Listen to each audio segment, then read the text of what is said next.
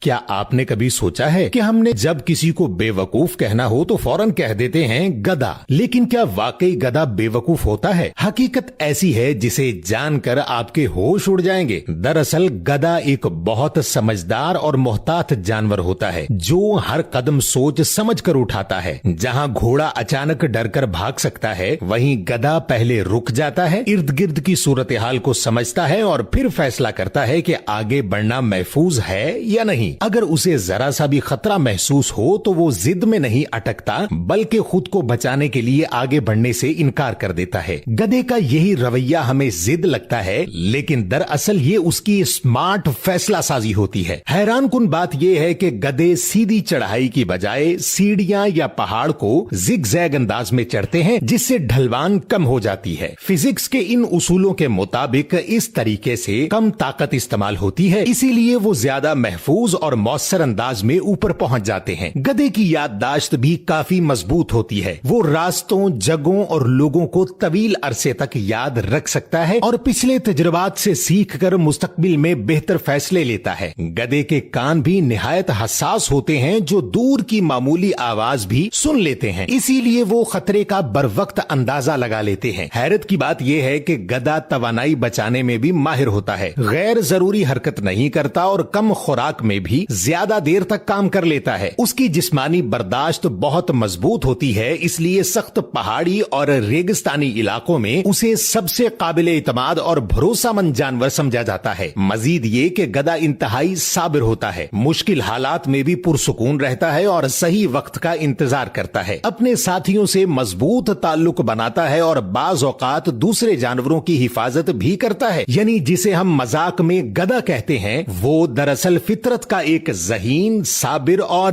انتہائی موافق مزاج زندہ رہنے والا جانور ہے۔ تو اگلی بار جب آپ کسی کو گدھا کہیں تو ایک بار ضرور سوچیں کہ کہیں آپ اسے بے وقوف نہیں بلکہ زیادہ سمجھدار تو نہیں کہہ رہے۔ کیا آپ کو گدھے کی ان خصوصیات کے بارے میں پہلے معلوم تھا؟ کمنٹس میں ضرور بتائیں اور مزید ایسی معلوماتی ویڈیوز کے لیے پیج کو فالو ضرور کر لیں۔